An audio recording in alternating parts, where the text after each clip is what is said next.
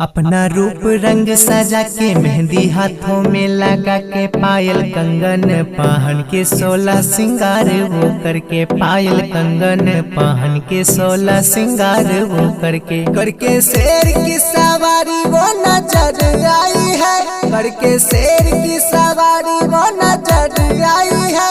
52 गज का चुनर और मैया घर आई है, 52 गज का चुनर और मैया घर आई है।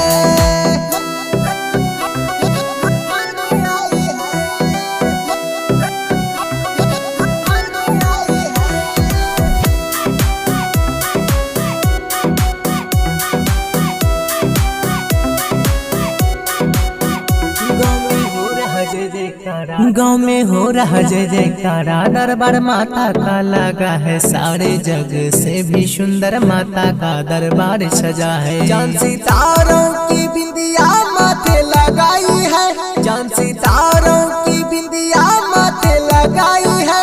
52 गज का चुनर और मैया घर आई है, 52 गज का चुनर और मैया घर आई है।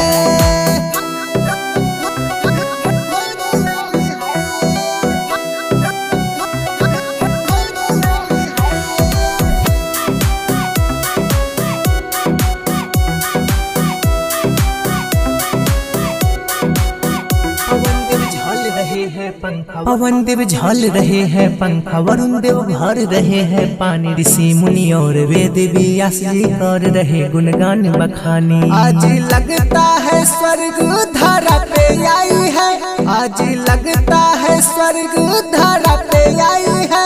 52 गज का चुनर और मैया घर आई है, 52 गज का चुनर और मैया घर आई है।